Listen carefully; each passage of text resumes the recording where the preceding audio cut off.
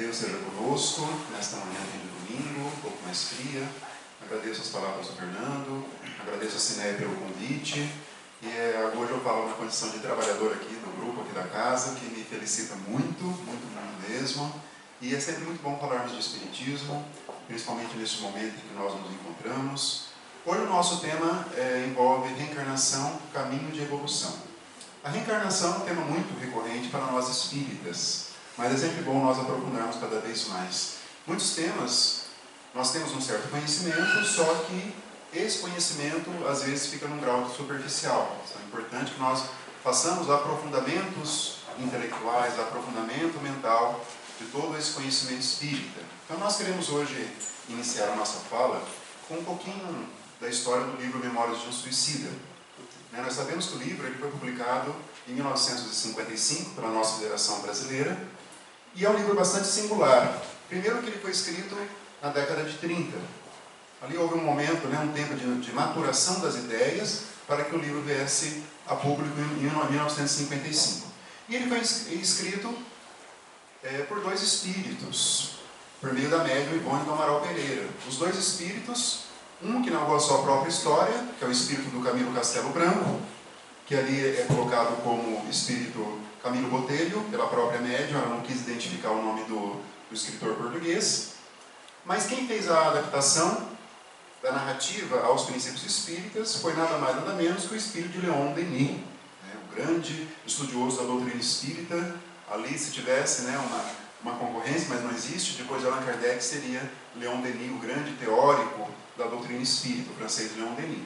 Então ele em espírito acaba fazendo ali uma dupla muito interessante com a própria médium, e ela vai dizer na introdução da obra que ela foi muitas vezes consolada por esse espírito Leon Denis. Os dois travam ali um contato e ele começa a transmitir ali, a intuí-la, porque a obra não foi feita por psicografia, como muitas obras do nosso Chico Xavier, mas ela era uma médium sonambúlica. O sonambulismo para o espiritismo, o sonambulismo clássico, é quando o médium tem uma faculdade de se desprender com mais desenvoltura durante o repouso do corpo físico, e o médium é conduzido ao plano espiritual. E lá ele tem vivências, ele tem diálogos, ele tem um convívio mais rico com os espíritos. E a Dona Ivone tinha essa faculdade, entre muitas outras faculdades. E ela então se desprendia e era levada para essas experiências, onde ela teve contato com os espíritos e principalmente com o Camilo Castelo Branco, o escritor português, o espírito dele, Camilo Castelo Branco. E ela via as cenas, como ela descreve. Assim como, semelhantemente, o Chico via as cenas dos romances históricos que o Emmanuel escrevia por ele, começando com há 2000 anos. E nessa vivência ela foi tendo contato com as cenas ligadas ao passado desse espírito que foi um suicida. E Leon Denis fazia adaptação, então ela voltava para o corpo físico, a Dona Ivone, a médium, e aí ela se propunha a escrever a obra. E nesse momento ela era intuída pelo espírito Leon Denis. Olha que singularidade essa obra, Memórias de um Suicida. E ali o livro começa no ano de 1891, quando houve então o suicídio desse personagem, provocado pela cegueira e pela intolerância a essa prova. Ele não quis então passar uma parte da existência, embora ele era um homem sexagenário, um pouco mais de 60 anos, ele não quis passar por essa provação e acabou cometendo um suicídio, provocou com um tiro, disparou então uma arma de fogo e veio então a óbito em razão disso. Aí começa-se a história, essa narrativa. As primeiras páginas são extremamente minuciosas e são cruas na descrição de uma região de sofrimento para onde o espírito foi encaminhado. Essa região ele denominou de Vale dos Suicidas, uma das regiões que existem no plano espiritual. E ele vai descrevendo aquele solo de lodo, mal cheiroso, o ar quase que irrespirável, com várias sensações físicas repercutindo no perispírito, e vai descrevendo até a primeira parte, chama Os Réprobos, a parte 1. O que é o réprobo? É uma palavra que significa aquele excluído da sociedade, aquele condenado, aquela pessoa que não vê mais um horizonte na sua vida. Então, os réprobos, assim começa a obra, e vai naquela descrição de sofrimento de outros espíritos em uma cidade espiritual onde não há moradias e sim há cavernas, há corredores de escuridão. Ele vai descrevendo aquilo, o leitor vai ficando um pouco agoniado, não sei quem leu a obra vai se identificando, aquela agonia, a narrativa dele é muito mais pungente do que a narrativa do Espírito André Luiz no Nosso Lar, que também é muito impactante na região que ele chama de umbral. E ali vai ser dito em dado momento que o plano espiritual não é aquela fantasia que muitos acham que é, ou com apenas alguns simples atos, em alguns poucos anos nós vamos conquistar o chamado paraíso. Ou aqueles que erram muito veementemente vão conquistar, entre aspas, o inferno. Isso é uma ilusão, porque do lado de lá é a verdadeira vida, é a vida real. Aqui nós estamos em uma escola para alguns, ou então uma penitenciária para outros, ou então um hospital também para outros, dependendo das suas provações, das suas expiações. E depois de um certo momento nessa região de sofrimento, ele é resgatado junto com outros espíritos portugueses. Ali eles estão numa região, aí é o que está nas entrelinhas da obra, são espíritos portugueses que cometeram suicídio e foram então levados para uma instituição, uma espécie de fortaleza, que é mantida por um grupo que se identifica como servos, Legião dos Servos de Maria. O Espírito Maria, que foi a mãe de Jesus, dirige alguns grupos responsáveis para dar essa sustentação para os espíritos dos suicidas. Aí nós vamos ver então a primeira manifestação mais robusta da bondade divina. Mais robusta, porque a bondade divina está em todos os campos da nossa existência, seja neste plano onde nós nos encontramos, seja no plano espiritual. E a bondade divina age mais veementemente neste momento. E ele, Camilo Botelho, Camilo Castelo Branco, a semelhança de André Luiz, no livro Nosso Lar, ele consegue vislumbrar um pouco dessa bondade divina quando ele faz o que? Ele lembra de Deus. Ele faz uma prece. Nesse momento tem uma ligação mais próxima com o Criador. Porque o Criador sempre está presente nas nossas vidas. Mas nós temos que entregar uma base, temos que ter também o nosso esforço. Nós não vamos alcançar o alto, nem por uma prece, se nós não tivermos um esforço, um campo mental, um campo espiritual aberto para isso. E isso André Luiz mostra na obra Nosso Lar para ele em si, o médico falido. E o Camilo Castelo Branco mostra isso no Memórias do Suicida, o escritor falido também nas suas provações. E nós vamos ver a bondade divina para esses espíritos suicidas, e ali começa a história propriamente dita. São encaminhados para uma fortaleza, uma espécie de colônia espiritual, uma espécie, se fôssemos fazer uma comparação, uma colônia penal agrícola, para onde vão aqui no Brasil nós temos a divisão para onde vão os condenados pela justiça criminal, penitenciária, colônia penal agrícola, regime semiaberto, regime fechado. Existe semelhantemente algo próximo disso nas ideias no plano espiritual, embora o nosso plano seja um reflexo do que acontece no plano espiritual, conforme está no Livro dos Espíritos.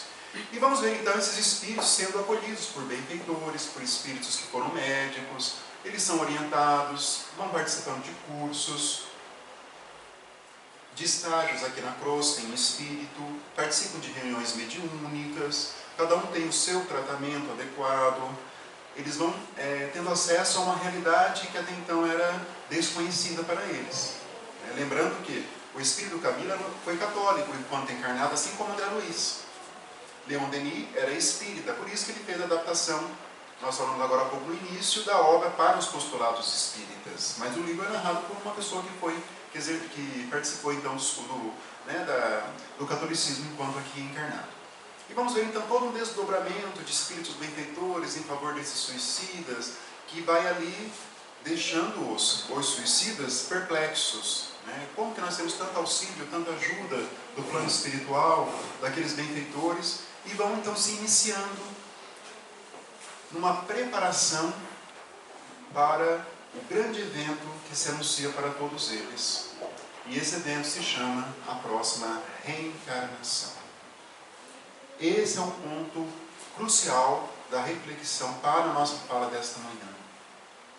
É a oportunidade que Deus vai dar para cada um deles de poder reencarnar novamente, praticar aquilo que eles estão se preparando, os princípios que eles vão ali internalizando no plano espiritual, para reingressar num outro corpo material e colocar em prática, dentro do esforço próprio, esse aprendizado. Então este é o primeiro ponto, é a reencarnação como uma oportunidade que a providência divina nos dá para o nosso crescimento espiritual.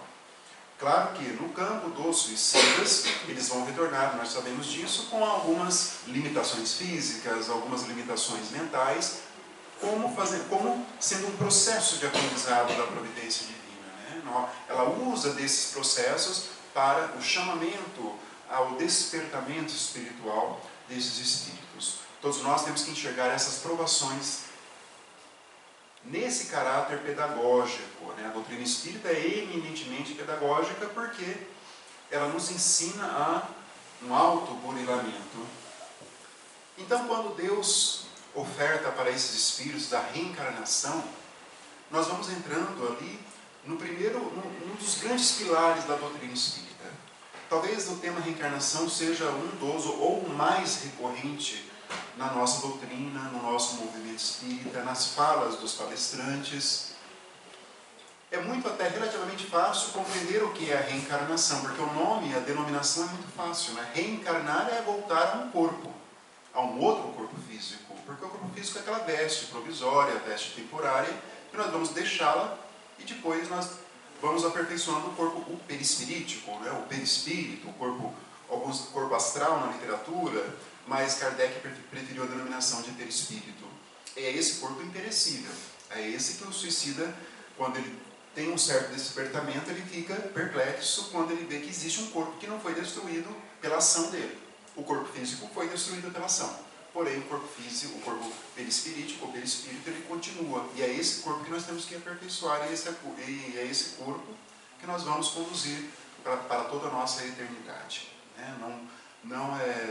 Vamos conceber o espírito sem a ideia de perispírito. Quanto mais esforço nós nos dedicarmos ao bem, mais nós vamos então potencializando as forças desse perispírito. Então a compreensão da reencarnação é relativamente fácil. Talvez muitos de nós vamos ali entrando nas fileiras do espiritismo, e o primeiro ponto que surge é justamente essa ideia de reencarnação, que ela é bastante consoladora para todos nós.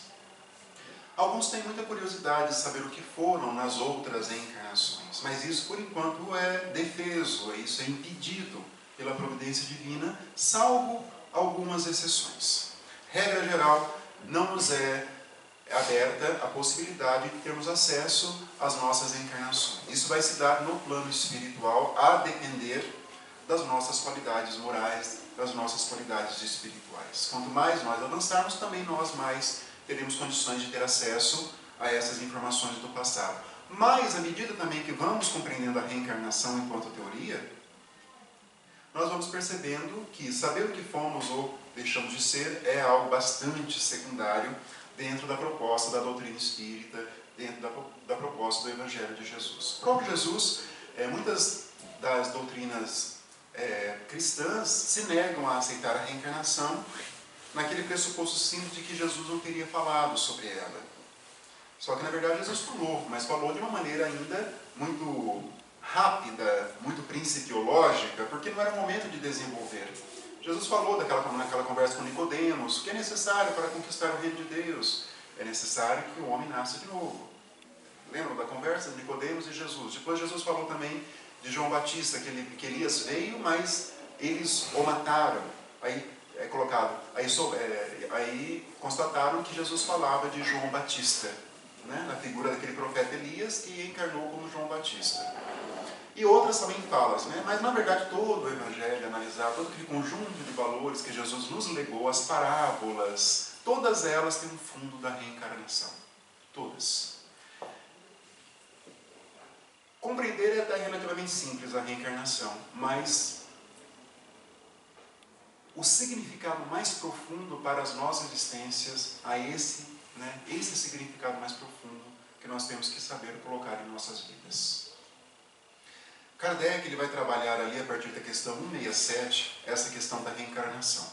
E ninguém trabalhou tão bem, de forma tão racional, quanto o codificador esse assunto da reencarnação. Por mais que todos os espíritos nos ensinam, mas como Kardec fez, ainda ele é insuperável. Porque a reencarnação, embora as religiões cristãs sejam ainda refratárias, salvo alguns núcleos, como o próprio Espiritismo, ela é bastante antiga. A crença na reencarnação é bastante antiga. Kardec vai dizer isso, desde Pitágoras, dos gregos antigos. Pitágoras, antes de 500 anos antes de Cristo, ele ensinava a reencarnação. E aí, antes de Pitágoras, os filósofos, os religiosos egípcios, indianos, e Kardec vai dizer assim que a crença nessa reencarnação, nessa volta ao corpo físico, ela é imemorial. Ela é de tempos que nós não temos como prever. Isso faz parte da nossa existência. Mas é claro que os antigos, dentro, fora, salvo algumas exceções, tinham ideias limitadas, aquelas ideias daquela mente em psicose que Kardec coloca, onde o espírito humano poderia reencarnar nos animais como punição. Algumas religiões até hoje, religiões orientais, pegam essa possibilidade. Mas Kardec e os espíritos superiores vão dizer que isso é impossível, isso não ocorre, porque nós estamos em uma linha de progressão, de uma linha de evolução. Entendeu? Por mais que o nosso espírito tenha, nos seus primórdios, transitado pelos reinos inferiores, hoje nós estamos em um reino mais evoluído, que é o reino nominal, e nós estamos caminhando para um outro reino, chamado reino angelical, para alguns espíritos superiores. Mas a reencarnação ali, a partir da questão 167, ela vai ser apresentada como um método que o Criador utiliza para fazer progredir as suas criaturas, os seus filhos. Em um primeiro momento, a reencarnação é colocada como uma espécie de punição, de expiação. Como nós vamos vendo a palavra expiação muito recorrente na doutrina com X, que é a expiação seria uma espécie de sofrimento, de receber aquilo que nós fizemos no passado, mas de uma maneira agora reeducativa, onde vai ter um pouco de dor, um pouco de sofrimento. Isso é expiação. E eles colocam a reencarnação como sendo expiação. Ela será para muitos. Todos nós encarnamos com algumas dores, alguns sofrimentos, algumas lições que estão realmente vinculadas ao nosso passado delituoso, de violação à lei divina. Isso não é demérito. Nós temos que ter humildade de aceitarmos isso, de sermos espíritos ainda, aprendizes da lei. Eu acho até muito bonito quando nós nos colocamos como realmente aprendizes da lei divina. Herculano Pires falava, ninguém tem mestrado em Espiritismo, porque todos nós somos aprendizes do Espiritismo, das leis divinas, que são leis complexas, não podemos nos iludir com isso. E a caminhada nossa, ela se faz de maneira muito árdua por meio da reencarnação. E Kardec vai colocando ali que a reencarnação, então, ela vai ser um método utilizado pela providência divina para o nosso progresso, a nossa depuração. Essa ideia de depurar a alma está muito presente nos ensinos dos Espíritos, na codificação.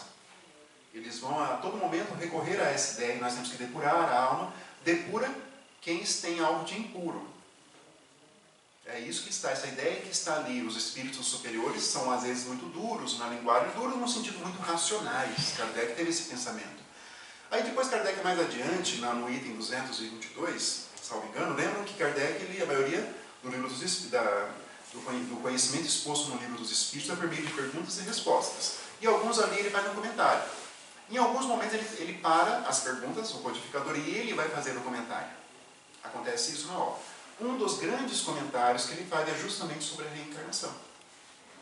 Porque é um ponto pilar ali, é a base da doutrina que está sendo apresentada em 1857. Até então, a reencarnação para o mundo cristão era algo repudiado. Kardec que faz essa quebra de paradigma e coloca a reencarnação como base. E ele vai desenvolvendo um raciocínio assim, muito interessante, muito inteligente, muito racional. Ele vai colocando que nós não vamos compreender a nossa vida sem a ideia de reencarnação. E ele vai falar assim, ainda que os espíritos não a tivessem ensinado a reencarnação, ele, Kardec, ficaria com a reencarnação. Porque ela explica tudo que outras doutrinas não explicavam. E ele vai colocando vários pontos lógicos para justificar essa ideia da reencarnação. E vai concluir assim, que não só os espíritos ensinam-na, mas também a razão impõe essa certeza da sua existência. Para nós espíritas, a reencarnação não é apenas uma teoria, ela é um fato, ela é uma certeza, ao contrário de outras religiões, outros estudos, outras possibilidades. Muitos confundem, muitos querem Outros querem saber o que foram, querem saber... Mas como que a população da Terra vai aumentando cada vez mais? Um dos princípios é esse, para impedir a ideia de reencarnação. Porque a Terra teria um número determinado de espíritos e como que ela vai cada vez mais ampliando a sua população. Só que eles esquecem que outro princípio da doutrina, aí depende de um raciocínio mais aprofundado, é que todos os planetas são povoados e todos são solidários entre si. Nós não sabemos, né, a origem nossa por enquanto, isso são informações mais do plano espiritual, mas a nossa curiosidade vã, ela deve ser hoje guardada, ficada em segundo plano. Uma pessoa que procura muito provas materiais, ela acaba se perdendo nesses raciocínios que não vão nos levar a nada, porque nós estamos dentro de uma ideia. Kardec foi também, ele começou a fazer perguntas no início do livro dos Espíritos, foi divertido pelos Espíritos. É bom que você pare por agora, porque ainda não há esse preparo espiritual para que vocês saibam determinadas coisas. Kardec queria saber como identificar espíritos que estão aqui na Terra pela primeira vez. Daí eles falam, mas isso é irrelevante, não tem necessidade de saber disso. Então são questões que vão sendo colocadas, né? Ah, mas por que a população da Terra sempre ela se amplia? Porque outros espíritos de outros planetas também aqui encarnam com esse propósito de aprendizado, como Veros de Capela lá no passado, na civilização egípcia e outras civilizações também. Vieram banidos de lá para aprender aqui na Terra e para também ensinar os outros povos que se encontravam mais atrasados. Quem vê um pouquinho da civilização egípcia vai ver o avanço dessa civilização, os costumes, nas artes, naquela preocupação do pós-mortem, do além-túmulo, né? As pirâmides são túmulos, né, dos faraós. Então vamos ver ali todo um significado religioso profundo.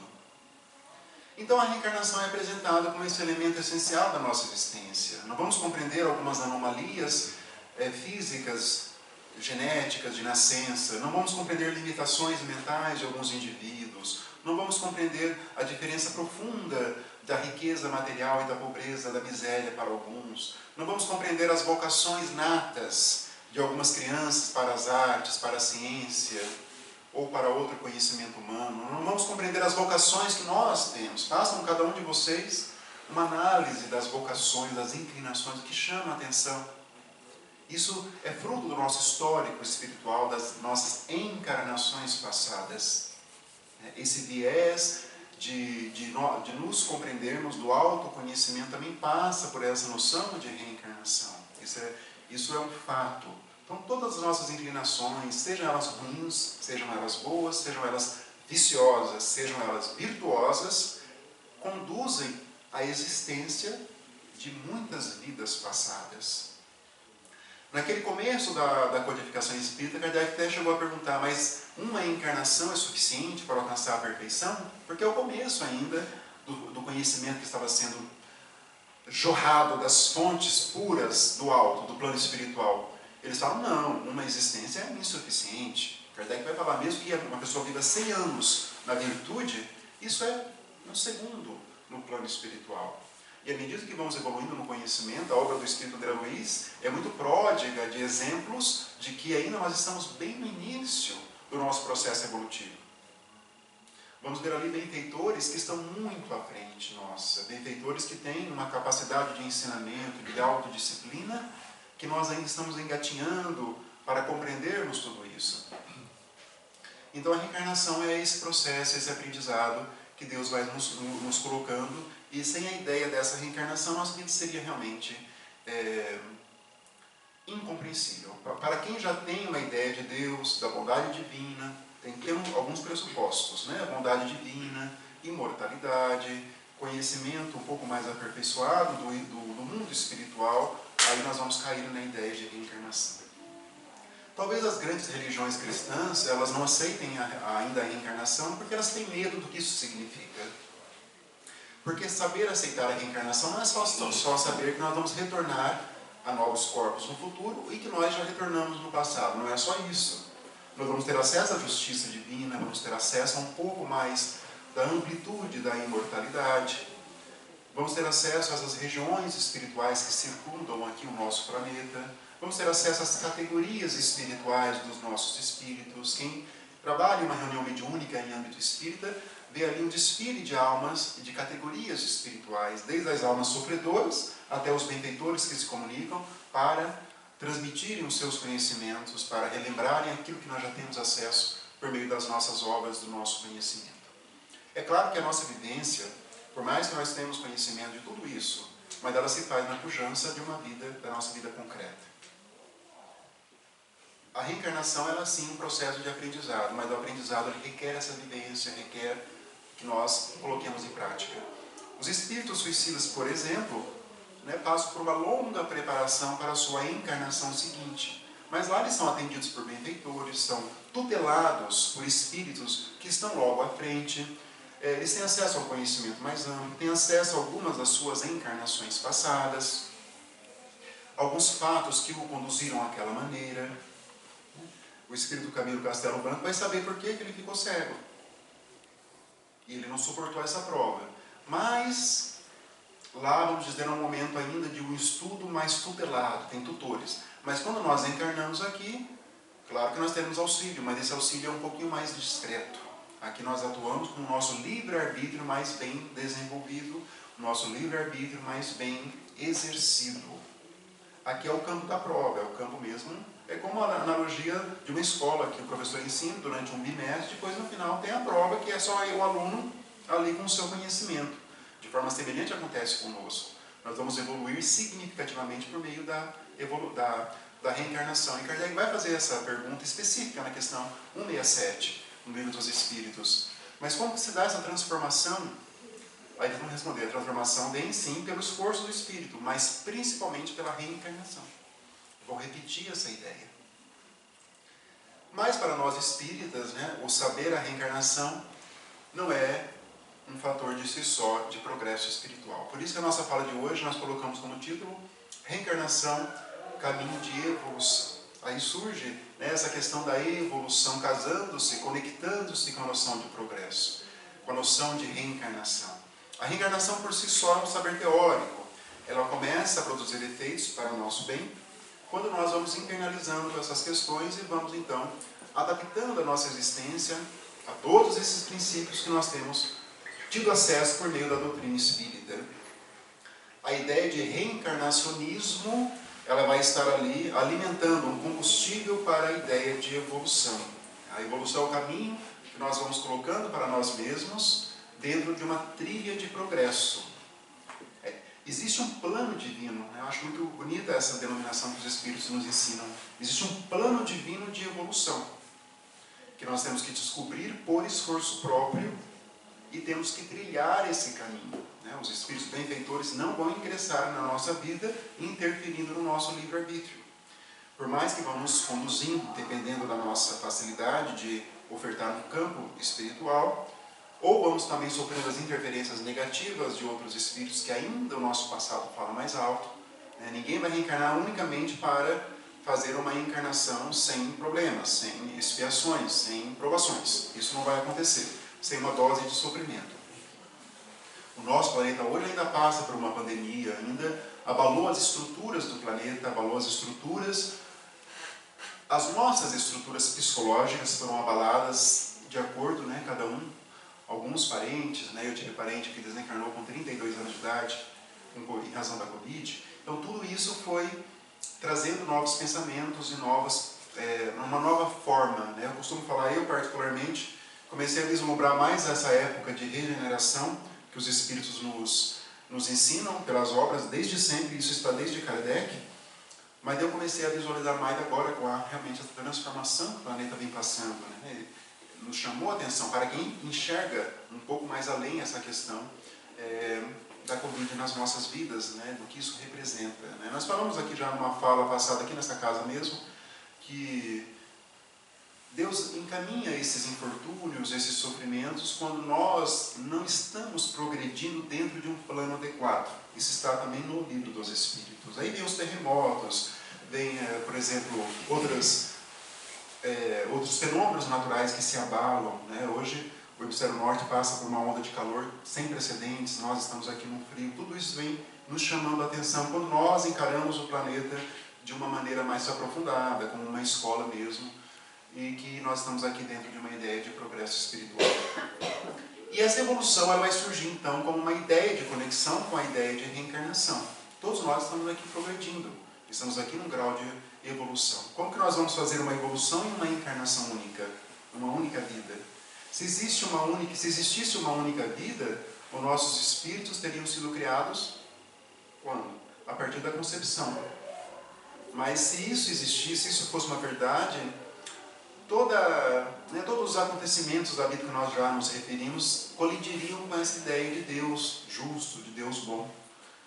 Lembrando que a bondade divina nos entregou a reencarnação. Então a evolução ela vai se casando com tudo isso. E como que é esse processo de evolução que nós fazemos? Quando nós nos conscientizamos de tudo isso, ela se faz no meio de uma vontade. Eu fui lá num texto, tem um livro que chama Pensamento de Emmanuel, e é do Martins Peralva. Um livro antigo, porém, de muito conteúdo. Realmente, o Martins Peralva, um grande estudioso da doutrina, já desencarnado, e me surpreendeu relendo essa obra, me surpreendeu como que ele conseguiu aprofundar determinados assuntos ali, profundamente inspirado, certamente. Embora não é um livro psicografado, é um livro escrito pelo próprio escritor, Martins Peralva, mas ele tem ali alguns textos e vai casar essa ideia que nós tiramos hoje aqui para a nossa reflexão. Ele vai dizer assim que existem 4 elementos básicos do nosso processo evolutivo quando nós visualizamos esse processo por meio da reencarnação. O primeiro dele é a questão da vontade. Ele vai dizer, nós temos que trabalhar essa vontade dentro de nós, essa vontade de evoluir, de nos desenvolvermos como pessoas, como seres humanos. E a vontade é o elemento que ainda está no plano das ideias. É um elemento que não vai externar ainda a nossa disposição de mudança, mas é um elemento nuclear, é um elemento primeiro ali. E depois da vontade, ele vai citar ali o esforço e a perseverança. A vontade de nós mudarmos, de nós evoluirmos, ela tem que ser sustentada pelo combustível do esforço e da perseverança. E a perseverança é o que nos dá essa ideia de crescermos, de insistirmos numa ideia que nós acreditamos que aquilo nos trará a felicidade. Qual que é o grande objetivo da reencarnação? Pensando lá na frente, é a construção da nossa felicidade real. São raciocínios que vão se conectando, porque a nossa felicidade aqui na Terra, nós sabemos, isso está no Livro dos Espíritos, é uma felicidade relativa, não é uma felicidade ainda mais pura. A felicidade mais pura depende da pureza dos nossos sentimentos, depende de um progresso mais significativo do nosso espírito. Mas isso somente é visualizado mais adiante. A perseverança está em nós sabermos que estamos perseguindo uma ideia, mas se nós cairmos no caminho e haverá quedas, nós temos que nos reerguer para recomeçar esse caminho. Depois que alcança esses 2 elementos, ligado à vontade, esforço com perseverança, ele vai dizer assim que existe essa necessidade de manutenção, de equilíbrio em tudo isso. São caminhos que, à medida que nós vamos percorrendo, nós vamos adquirindo patrimônios espirituais. Ele dá um exemplo simples de uma pessoa que alcançou uma condição financeira privilegiada, mas não cuidou do seu patrimônio e ele perde esse patrimônio. Nós também podemos perder os patrimônios nossos espirituais quando eles não estão suficientemente esculpidos no nosso íntimo. Isso é muito fácil de se ver no nosso movimento espírita. Grandes nomes do nosso movimento, que alcançaram um conhecimento muito grande, que difundiram esse conhecimento e de repente se afastam do movimento, passam a criticar o movimento, passam a criticar a doutrina espírita. No primeiro momento é até chocante. Como isso? A pessoa teve acesso ao conhecimento, ensinou isso aos centros espíritas, escreveu livros, de repente a pessoa se separa. Mas deve ser muito fácil perceber quando nós estamos encarando a existência dessa pessoa dentro dessa ideia de que chegou no nível da vontade, da perseverança, mas chegou no momento que esse equilíbrio foi perdido, se perdeu. Porque as conquistas não estavam suficientemente ainda adquiridas. É claro que eu estou falando numa análise mais racional, nós não temos o direito de julgar ninguém, isso cabe a Deus unicamente. Mas o direito de não julgar não nos impede de conhecer, para que nós não caiamos nisso. Fazemos um exercício de autoconhecimento. Isso é muito comum no nosso movimento espírita, que pessoas que chegam até um certo grau, depois se afastam, se desconectam, depois retornam, voltam, retornam de novo, voltam, retornam de novo. Isso acontece, mas nós temos que analisar no âmbito da advertência para todos nós. O que isso significa para o nosso caminho, porque nós estamos percorrendo um caminho que agora nós não podemos retornar mais. E esse caminho tem que ser um caminho de glória, um caminho glorioso. Aí vem a última etapa, que é realmente colocar esses princípios dentro de nós, esses princípios no meio da reencarnação, para que dali eles não saiam mais. Nós não temos mais como retornarmos. Esse é o momento do despertamento definitivo da nossa existência. Muitos ainda estão dormindo na nossa humanidade, no sentido de não ter esse conhecimento espiritual. E esse conhecimento é indispensável. Quando nós falamos que o Espiritismo ele é uma filosofia, uma ciência, uma religião, é difícil compreender esse quadro num primeiro momento. Mas quando nós aprofundamos, vamos entender o Espiritismo como uma ciência, quando ele estuda os elementos como mediunidade, perispírito, características do perispírito, o que é mediunidade, as características da mediunidade, as formas de mediunidade. É um lado da ciência espírita. Isso está muito bem descrito no livro Dos Médiuns, de Allan Kardec. Aí o lado filosófico do Espiritismo é o lado que são vários conhecimentos que são apresentados para nós. O que é o livre-arbítrio, por exemplo, as leis, lei de progresso, lei de reprodução, a lei de justiça, amor e caridade. É todo um conhecimento filosófico que vem para o nosso bem-estar. Mas tem um lado religioso do Espiritismo. Esse lado religioso do Espiritismo, Emmanuel vai desenvolver muito bem a conexão nossa com o nosso Criador. É o que nós vamos fazer com todo esse conhecimento a que nós temos tido acesso para o nosso progresso espiritual. Esse é o lado religioso. Uma pessoa pode frequentar um curso de filosofia numa universidade, por exemplo, vai ter acesso a várias correntes do pensamento humano, mas não é uma religião, porque não há um convite a uma mudança e a uma conexão com o alto. Esse é o lado religioso. Kardec trabalhou muito bem o lado filosófico e o lado científico, porque o Espiritismo, ao contrário de outros movimentos religiosos, nasceu dentro do ambiente de investigação. Não foi dentro de um ambiente religioso, é dentro de um ambiente de investigação. O Espiritismo foi apresentado assim como terceira revelação, como um conhecimento do Espírito. O Espiritismo não é só mais uma religião, pode ser para outras pessoas, mas para nós ele é a terceira revelação. Depois dos 10 mandamentos, o Evangelho é a terceira revelação. Então, ele é muito mais importante do que outros movimentos. Nós, espíritos, não somos mais importantes de que ninguém por sermos espíritas. Mas o Espiritismo, sim, é esse lado. E esse lado de religião no Espiritismo é esse lado de religião verdadeira. Kardec vai dizer isso muito mais à frente na sua obra. Ele se negava no início a vincular o Espiritismo à religião para não confundir religião, Espiritismo com religiões fechadas. O Espiritismo é uma religião do espírito imortal.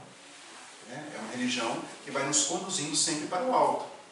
Isso vai ser dito aqui para os suicidas, tem um dado momento da obra, Memórias de um Suicida, que o mentor, um espírito, vai dizer assim, que, mais ou menos assim, que houve um total, ou quase total esquecimento dos ensinamentos do Cristo. Nesse sentido de que esses ensinamentos conduzem à nossa felicidade.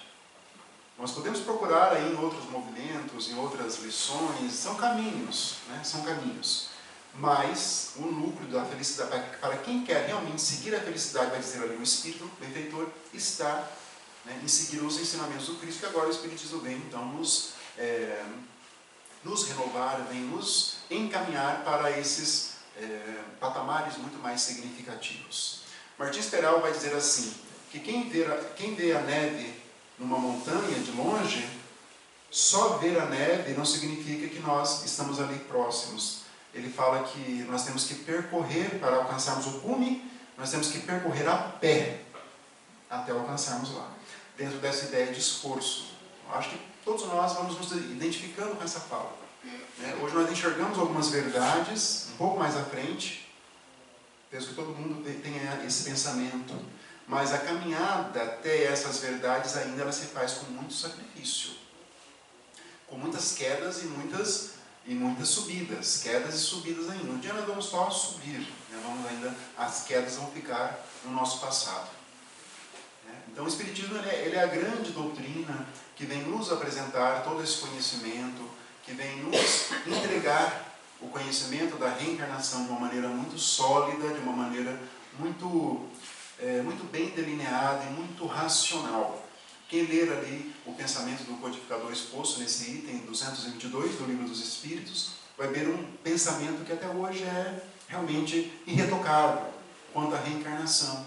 Que nós estamos aqui para a evolução, que nós tivemos outras existências, que por enquanto sabemos detalhadamente isso é secundário, isso não é relevante, e nós teremos outras ainda dentro de um processo de evolução, dentro do conjunto desse mapa de evolução que Deus nos oferece. E a doutrina espírita é um caminho de luz profundo, né, que vem nos mostrar todo esse roteiro, que vem nos dizer da nossa realidade, que vem nos despertar para a luz.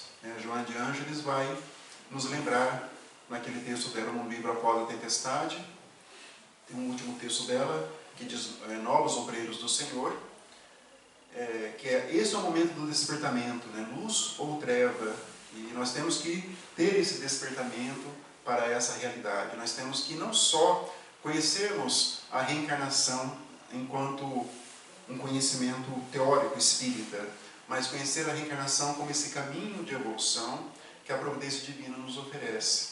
Difundir esses caminhos, né, para quem já tem conhecimento. Dia desses eu coloquei algumas mensagens de reencarnação nas minhas redes sociais, e muitas pessoas depois encaminharam mensagem perguntando, mas o que é, afinal de contas, como que isso funciona? Pessoas de outras religiões que não tenham acesso como nós hoje aqui, nós podemos falar mais à vontade de um tema que às vezes lá fora é um pouco mais áspero, é um pouco mais difícil de compreender. Uma pessoa que frequentou uma dada religião, essa religião nunca ensinou absolutamente nada, ela vai ter um grau de dificuldade de compreender tudo isso. Mas esse assunto, eu publiquei 5 mensagens diárias sobre reencarnação, a partir de um texto da benfeitora Joana de Ângeles. E ela explicando ali, em cada, o que é reencarnação, para que serve, qual que é a finalidade, ela colocando algumas indagações, mas por que uma pessoa nasce dessa forma, dessa maneira, com essa limitação, com aquela limitação? Ela colocando isso. E ela coloca depois que sem a ideia de reencarnação, não se explica nada disso, de uma maneira racional, pensando-se na bondade divina.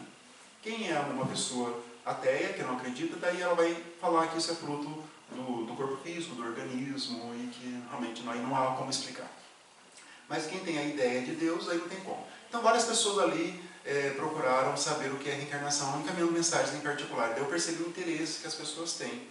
E aí eu já lembrei daquela advertência, não é advertência, é mais um chamamento que os espíritos fazem para que nós, espíritas, divulguemos o dogma da reencarnação. Lembram disso? Eles falam isso. Temos que divulgar, o dogma no sentido de um conhecimento mesmo, um conhecimento certo nas nossas existências, que é então a ideia de reencarnação e principalmente de evolução. Todos esses temas vão se conectando para o nosso progresso, para a nossa felicidade de espíritos. Em último grau, todas as palestras, todos os conhecimentos vão caminhar para aquilo. A ideia de felicidade. Todos nós, mesmo que alguns não identifiquem isso na vida, seja independente de qualquer religião, de qualquer outra escola doutrinária, todos procuramos a felicidade. Todos. Alguns a procuram de uma maneira mais direta, outros a procuram sem saber o que estão procurando. Mas todos procuramos a felicidade. Isso é da natureza do nosso espírito. Mas o caminho a percorrer se passa então por essa ideia de reencarnação, por a ideia de imortalidade, pela ideia de um Deus extremamente bondoso. Qual conhecimento doutrinário, qual religião que oferta para um espírito suicida esse cabedal de conhecimentos da bondade divina? Talvez alguns aqui tenham parentes que cometeram suicídio, ou conhecem pessoas assim. Nós sabemos que eles estão agora numa preparação, que eles vão retornar ainda, porque nenhuma ovelha se perderá na linguagem simples e profunda do Cristo. Muitas religiões não, renegam, como são espíritos condenados ao sofrimento eterno. Mas a reencarnação surge aí nesse caminho dos suicidas e de todos nós, como esse elemento da bondade divina, esse elemento de que Deus nos quer felizes, que Ele nos convida a um despertamento, que Ele dá as ferramentas para que nós possamos percorrer todo esse plano divino e que o esforço próprio, a estabilização desse conhecimento dentro de nós é algo indissociável de todo esse processo. E que nós possamos então percorrer todo esse caminho com muita dignidade, com muita determinação, com muita dedicação, e que nós possamos um dia lá na frente dizermos para nós mesmos que tudo isso valeu a pena, que apesar de todas as dificuldades, de todos os sofrimentos, de todas as lutas, nós vamos receber o nosso salário. O salário dos trabalhadores da vinha na parábola do Cristo. Quando eles se apresentam perante o Senhor no final do dia para receber o salário, que é nada mais, nada menos que a consciência tranquila. A consciência pura, essa consciência onde as leis divinas estão gravadas e que nós estamos nesse processo de acertamento perene com essa lei até o momento em que nós vamos alcançar outros píncaros aí de elevação e que a nossa consciência vai ser pura. Para os suicidas, é dito no livro também, que a punição eles mesmos já impõem para si mesmos. Aquele personagem Mário Sobral, do livro Memórias de um Suicida, ele matou, esganou ali com as duas mãos a amante dele. Ele era casado, tinha uma família, mas ele tinha uma amante, ele a esganou. E ali na própria cena do crime ele se enforca. Então ele é um suicida e um homicida simultaneamente. E em dado momento ali, ele vai falar para o Camilo, lá nessa fortaleza, já em espírito, que para Camilo, eu não sinto as minhas mãos ali. Já anunciando que ele vai nascer sem as duas mãos. E assim acontece, na última página da obra, é mencionado o nascimento dele, já que no Brasil, por sinal, sem as duas mãos, porque essas duas mãos foram o quê, Aquele sinal de que ele ofendeu a lei divina. Então ela foi arrancada, na linguagem do Cristo, temporariamente, para que ele dê valor na sua vida, na sua reencarnação. Então é isso, meus amigos, a nossa reflexão de hoje. Que todos nós possamos então seguir tranquilos e que Deus prossiga nos iluminando nessa semana que se inicia, neste mês que se inicia hoje. Então é isso. Mais uma vez, obrigado e que Deus seja conosco hoje e sempre.